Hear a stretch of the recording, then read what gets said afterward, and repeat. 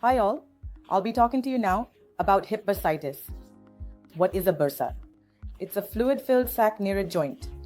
It basically helps the muscles and tendons to glide over a bony surface easily, and it acts as a lubricant.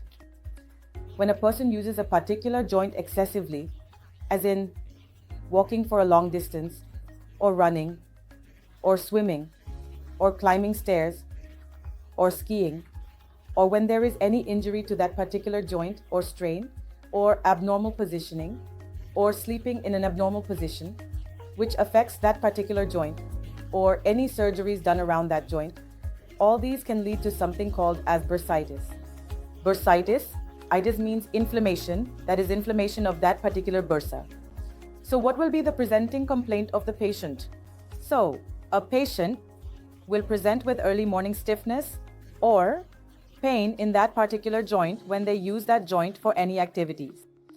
When you come to the doctor with such symptoms, we examine you physically, and if needed, we do some radiological investigations like MRI or CT scan or X-ray if needed.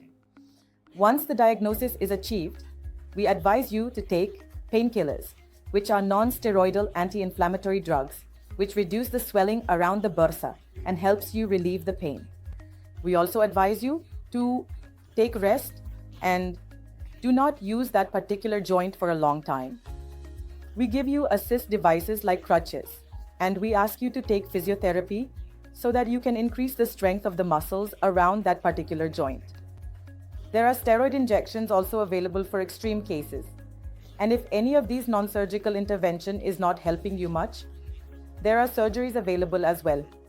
Thank you.